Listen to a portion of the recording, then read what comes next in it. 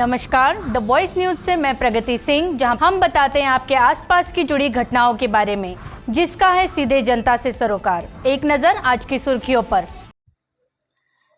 Railway SP के निर्देश पर आज वलसाड रेलवे स्टेशन पर औचक चेकिंग की गई, जिसमें अलग अलग एजेंसियां शामिल थी।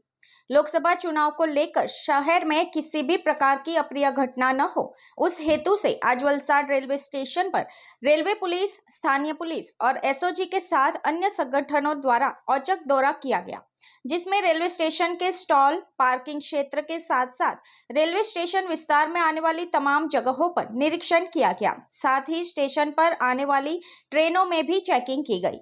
आपको बता दें कि इस पूरी चेकिंग के दौरान कोई भी संदिग्ध वस्तु नहीं मिली। लोकसभा चुनाव के नतीजे आने में कुछ ही दिन बचे हैं, जिसे ध्यान में रखते हुए रेलवे प्रशासन पूरी तरह से अलर्ट है।